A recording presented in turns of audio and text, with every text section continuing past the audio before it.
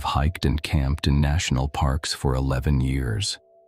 Yosemite Valley Backpackers Camp sits at the edge of the valley floor, a designated site for permit holders only, no car camping, the kind of place where everyone around you has earned their spot with mileage. At midnight on a Tuesday, I walked alone from Backpackers Camp to my car in the day-use lot. On the way back, a man stepped out of the brush beside the trail. No backpack, no headlight, no gear of any kind. He followed me for the next 40 minutes through every deliberate wrong turn I made to confirm he was following me. I have been back to Yosemite 4 times since that night. I have never walked that trail alone after dark again. The camp was quiet by 11.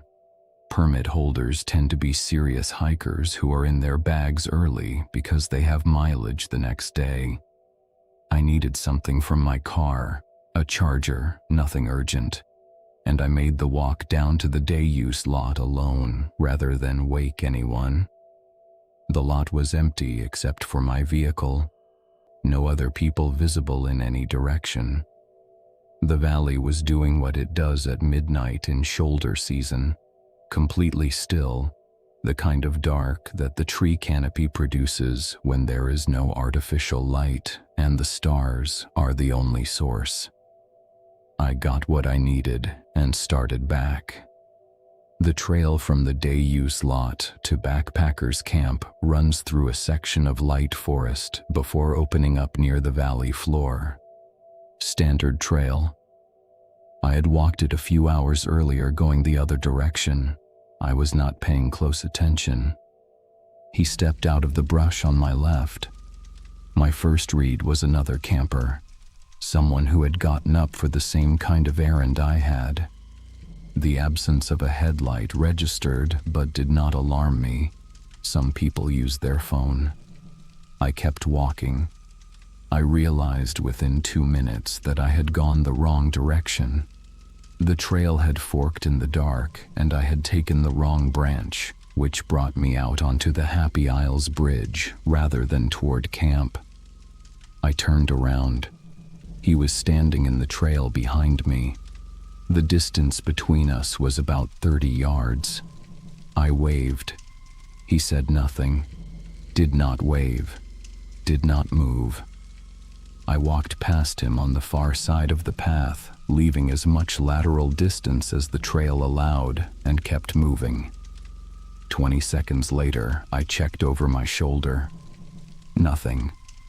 I reached the intersection and pulled out my map to confirm the correct branch toward Backpackers Camp. The valley looks completely different at night. Landmarks that are obvious in daylight disappear into uniform dark, and the spatial logic of the trail system stops working the way it does in your head. I heard something behind me. He was there again, 30 yards back. Same posture, same silence. No headlight, no bag. Moving exactly when I moved and stopping when I stopped. I made a decision. Instead of turning toward camp, I turned away from it, toward the visitor center area on the far side of the valley, completely out of my way. A wide arc that had no destination except to confirm whether the following was intentional or coincidental. He followed the full detour. Every turn, every direction change, the full wide arc through the visitor center area and back toward the Upper Pines section. 30 yards behind me the entire time, matching my pace without closing the distance. I turned and walked backward to watch him directly. He maintained exactly 30 yards, not 25, not 40, 30, adjusted continuously for my pace. I reached into my pack and pulled out my survival knife, kept it visible, not raised, just present, a clear communication about the state of the situation. He stopped, stood completely still for a moment. Then he turned around and walked in the opposite direction. I cut off the trail into the trees with my headlight off and moved through the forest parallel to the path toward upper pines. Stopped inside the tree line and waited 4 minutes watching the trail for movement. Nothing. I made it back to camp at 12:47 a.m. One of my campmates was awake and said, "What took you? Did you climb Half Dome on the way back?" I told him I had gotten turned around. Midnight in Yosemite Valley in shoulder season means almost no foot traffic. The valley empties out. The people who are there are either in their tents or they are not the kind of people you want to encounter on a dark trail. The man had no headlight, no backpack, no water bottle visible, no gear of any kind. Nobody hikes in Yosemite at midnight with no headlight. The trail system in the valley is documented enough that even casual visitors know you need a light source after dark. He was not a hiker who got turned around, a person with no gear at midnight in a national park who follows a deliberate wrong direction detour across the full width of the valley and only stops when a knife comes out is not someone who happened to be walking in the same direction. He was there before I reached the brush where he stepped out. He had been in those trees before I came down that trail. I do not know how long he had been waiting. That one, the threat was visible, 30 yards back, matching every turn.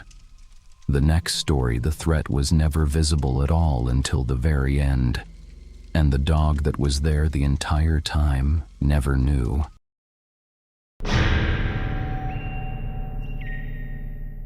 I have been camping in NPS units for 14 years. Solo trips, paired trips, backcountry, and front country. I have had standard wildlife encounters, bears at distance, deer in camp, the usual inventory of things that share space with you in the backcountry. None of them produced what I am about to describe. Packing up camp before first light on the backside of Mount Rushmore. My dog was with me. A mountain lion followed us from the campsite to the parking lot, the full return route. I felt it before I saw it. That has never happened to me with any other animal in 14 years. My dog had no awareness of it at any point.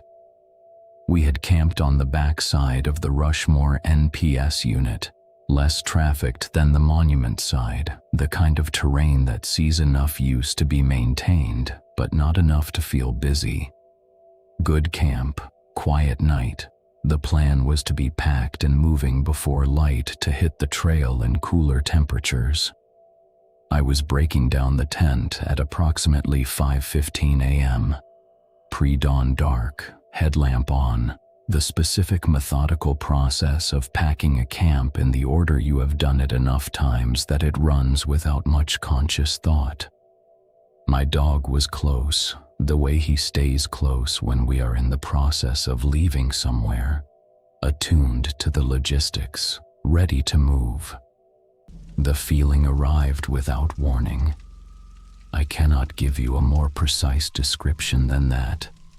Something changed in my awareness of the space behind me that did not come from sound, sight, or smell. A specific shift in how the darkness at my back registered. I have thought about how to describe it many times, and the closest I can get is, the space stopped being empty. I turned around. Nothing visible in the headlamp beam. I told myself it was a pre-dawn combination of low light, fatigue, and the specific alertness that packing up camp in the dark produces. I went back to breaking down the tent. The feeling did not go away.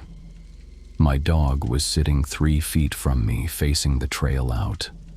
Normal posture, relaxed ears, no alerting behavior of any kind, no raised hackles, no fixed stare, no low sound in the throat. An animal specifically calibrated to detect predators in proximity, showing me nothing. I finished packing in under 6 minutes, shouldered the pack and started down the return route to the parking lot. The feeling moved with me, not behind me at a fixed distance, tracking, adjusting, the spatial awareness of something that was not staying in one place but was covering ground in response to my movement. I saw it 40 yards from the parking lot, off the left side of the trail, low in the brush, partially obscured, the specific silhouette of a large cat that your brain identifies before your conscious processing catches up. Mountain lion, adult, watching the trail from a stationary position in the brush. It had been there for the full return route. I reached the parking lot, loaded the dog and the gear, and sat in the vehicle for several minutes before starting the engine. My dog had known nothing. 14 years of camping. Bears at distance produce a specific response in every dog I have been out with. The fixed stare, the body going rigid, the low, sustained sound. Deer produce a different version of the same alerting pattern. Any animal large enough to be relevant gets registered. He had been 3 feet from me for the full duration of a mountain lion tracking us from campsite to parking lot, and he had given me nothing. The mountain lion had been close enough and present long enough that I felt it before I saw it. It covered the full return route in parallel with us. That feeling, the space stopping being empty, arrived before any other sense confirmed it.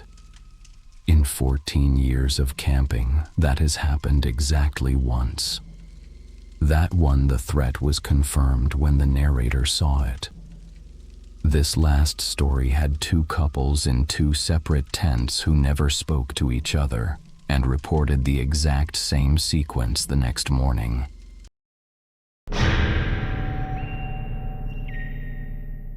I have camped in Glacier National Park 3 times.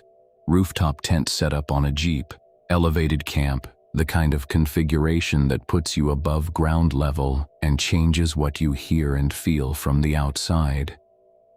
On the second night of our most recent trip, my boyfriend woke me at 2:30 in the morning. Something had mounted the ladder. He had felt the tent move with the weight before he shouted, and it dropped off and ran. The next morning, our friends in the adjacent tent described the same sequence to us without knowing what we had experienced. We had been camping in Glacier for 4 days. The campground was a designated site, not backcountry, a managed area with established sites, other campers within reasonable distance. Our friends occupied the adjacent site, their tent on the ground 20 feet from our Jeep. We had eaten together, sat by the fire, gone to our separate setups around 10. No conversation after that until morning. At some point after midnight, my boyfriend woke up. Small footsteps outside the tent, the sound of something moving back and forth on the ground below the Jeep, not passing through, not moving toward or away, circling, repetitive. The same short path covered multiple times. He told himself it was a small animal, raccoon or ground squirrel working the perimeter of the campsite. He went back to sleep. The footsteps came back, same pattern, back and forth, below the tent, the same short path. He lay and listened to it for several minutes. Then the ladder moved. The rooftop tent sits on a fold-out platform with an integrated ladder running down the side of the vehicle. The ladder has a specific flex and sound when weight is applied to the lower rungs. He had climbed it 4 days in a row and knew exactly what it felt and sounded like under load. Weight came onto the lower rung. The tent platform shifted with it. He shouted. Whatever was on the ladder dropped off immediately and ran. The sound of something moving fast away from the vehicle through the campsite, gone within seconds. He did not go down to look. He sat in the tent until first light, and we did not discuss it until we were both fully awake. In the morning, we walked over to our friend's site. Before either of us said anything, one of them asked, "Did you hear anything last night?" We let them go first. They described footsteps, small, repetitive, going back and forth outside their tent in the same pattern. Something at their zipper, a specific pressure on the tent door from outside, the fabric moving inward as if something was working at the entry point. They had shouted. It had stopped. The same campsite, the same night, the same sequence. Neither couple had communicated after 10. There had been no comparison of experiences, no shared information, no opportunity for one account to contaminate the other. 2 separate tents, 2 separate couples, identical sequence. We spoke with the campground hosts that morning. Their family has been on this land for generations. Their people are buried here, they told us.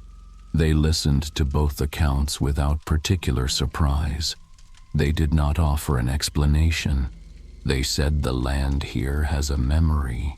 I do not know what was on that ladder at 2:30 in the morning in Glacier National Park. I do not know what was at the zipper of the adjacent tent while we were 20 feet away in our Jeep.